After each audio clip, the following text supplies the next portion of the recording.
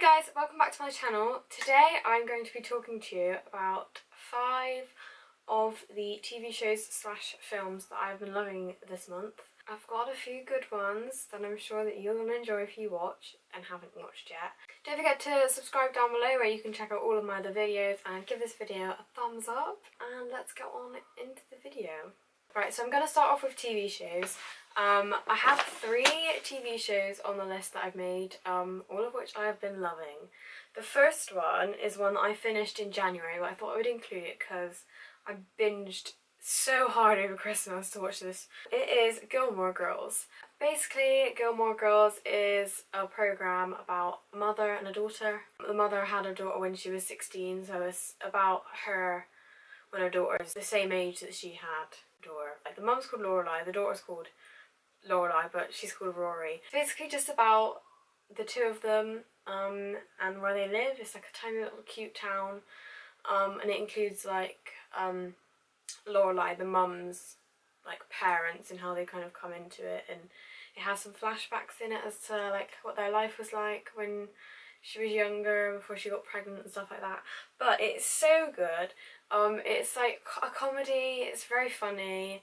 There's never really anything horrific that happens, there's no murders. It's a very like happy and kind of light-hearted. It's easy to put on in the background. Rory, for me, I do find her annoying at times.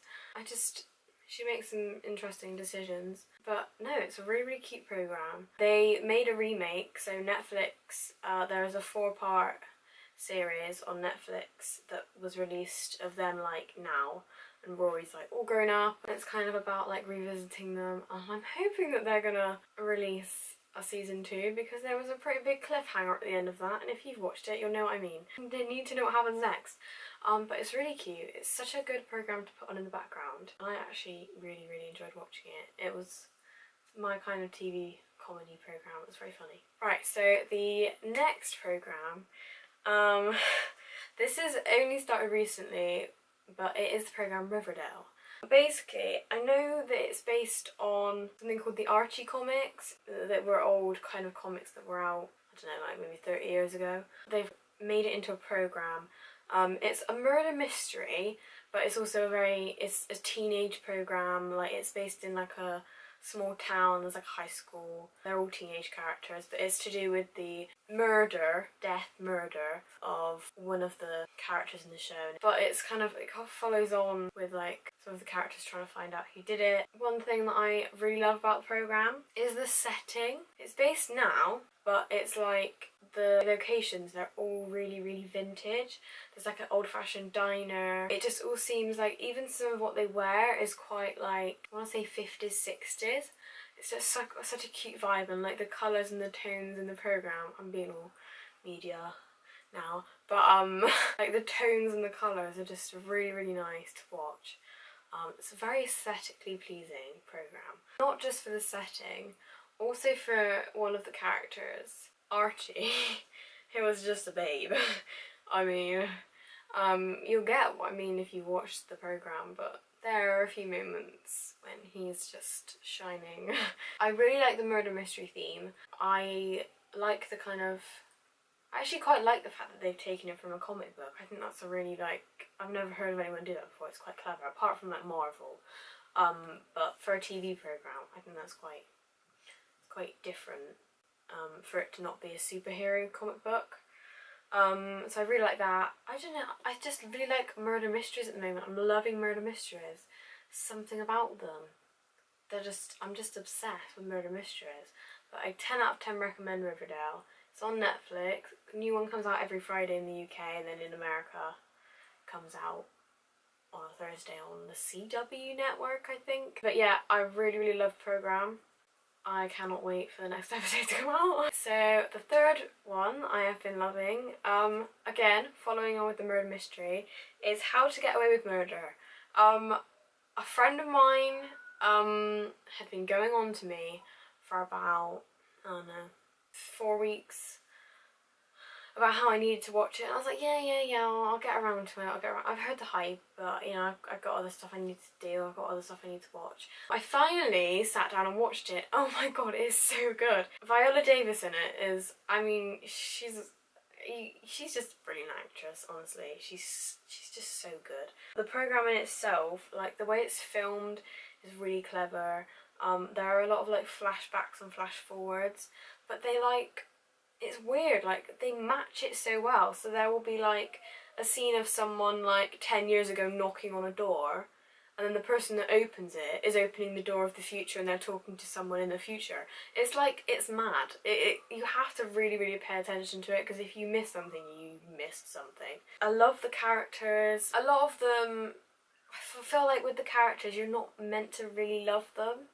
In a way, they're all not messed up people, but they all have things about them that you could easily hate.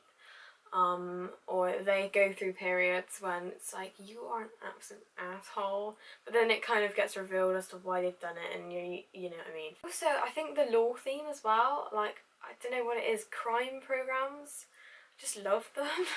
They're so thrilling and so exciting. I kind of wish that I'd taken law in sixth form, because I find the law really, really interesting, and like law cases all the time, and I'm obsessed with stuff like that, so a program is like, I love it. Right, so moving on to films. The first film that I watched in the past month is La La Land. It got a lot of mixed reviews. Some people loved it, some people hated it. I personally really, really enjoyed it. I loved the like old-fashioned musical style. I love how it was like I know you can't really compare it to, but it was like an old kind of Singing in the Rain film. I loved the dance sequences. I loved the two characters, and I loved the kind of background behind the story, and how they kind of, I mean, you have to watch the film, but how one of them is a struggling actress and the other one is a guy that wants to open a jazz bar. It's about how like everyone in LA is wanting to be an actress, wanting to be an actor and do the same thing, but it's kind of about how they're struggling and how they're two strangers that like meet each other, but then it's kind of about how what they really want, I guess, gets in the way of each other. I don't want to give it away. Probably just did give it away. I love the music. I actually have the soundtrack on my phone. Seb in it is a piano player, and there's like a song that he plays or whatever. I really want to learn how to play it. I really want to learn how to play it. There were aspects of the film that I wasn't quite sure of. I kind of get what people were talking about when they said that there were bits that they were like, There were a few times when you were watching it and you were like, what is the relevance? I don't know, I don't think it was anything like really like definitive, but there were a few times when you were kind of confused, as to like, what is the relevance of this? Like, the opening sequence for me, I was watching it and I was a bit confused. I was like, it was really clever the way it like moved into the proper opening scene, but there were bits of it I was like, oh, I don't know if I was expecting it to be like this. Despite the bits that I wasn't too sure of, I did really, really enjoy the film. I loved the fact that it was like an old-fashioned film, because you don't really get a lot of musicals like that anymore. They're all just, you know, like Hairspray and stuff like Les Mis, like they're like musicals, but having a film that was more of a film, where they just kind of would just start to sing and just dance and then carry on. I really liked that actually. And I really loved the like editing of the film, and how like there was a little bit when I think Seb's in his apartment and the camera's on him and he walks behind the wall and the camera follows him but like stays behind the wall. Do you get what I mean? It just kind of like, a lot of it was very like good like following of the characters, but it made it feel very real, and like you were like in the houses and kind of intruding on them. If you want to bite the bullet, go and see the film, because I actually really enjoyed it. I think some people that I've spoken to about it were pleasantly surprised, whereas others were disappointed, but I think it just depends on what you like. If you know you're not going to like it, then don't bother. But I personally really enjoyed it. Right, the last thing that I'm going to talk about is the film Bridget Jones's Baby. It came out last year and I hadn't watched it in the cinema. I'm a massive fan of the original Bridget Jones films. She's just so funny, And Renée Zellweger's English accent is honestly brilliant. Like, you would not even know that she's not from here. I don't actually know where she's from, like, genuinely. I think she's American. But she doesn't sound it at all. Like, her accent is just... it's just brilliant. But I'm a massive fan of the first Bridget Jones film. The second one is a bit more meh. I do really still really love it, but I don't think it can ever top the first one. However, the third one was so funny. The humour, like, is exactly the same. She's the same person, she's just like 40. She's, I don't know, they kept the apartment in it. Mark Darcy's still in it, and the new male character, I think his name's Sam? Sam? Jack? Jack? Sam? You have to kind of watch it to get how brilliant it is, but it was so funny. It was almost as good as the original, really. I think 1 and 3 are like there, and then 2 is probably my least favourite out of the 3 of them. It was just hilarious. The humour is the exact same, the characters are the exact same. Mark's still a pretentious old fool, but he's alright really. We love Mark. It was just a brilliant film. I've thoroughly enjoyed it, and I really hope that they do another one because they have to. Please. I think if you're a comedy lover and if you've seen the other Bridget Jones's films but haven't seen Bridget Jones's Baby, go and watch it. You'll love it because you can't not love Bridget Jones. She's just British at its finest, and I feel like I relate to her on a spiritual level. You know, she falls over and she, I don't know. Right, so that was my top 5 films and TV shows of this month. I really hope you enjoyed the video. Don't forget to give it a like down below if you enjoyed, and subscribe so you can see more of my videos.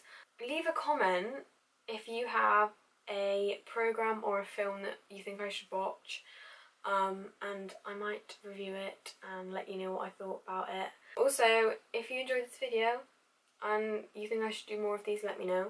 I actually really quite enjoyed filming this, I'm not gonna lie. But yeah, I hope you have a lovely week. I will see you next Sunday for another video. Bye! I feel like I'm too far away for once. I can't hit the camera. Oh, this was a fail. What a mistake. I can't hit the camera.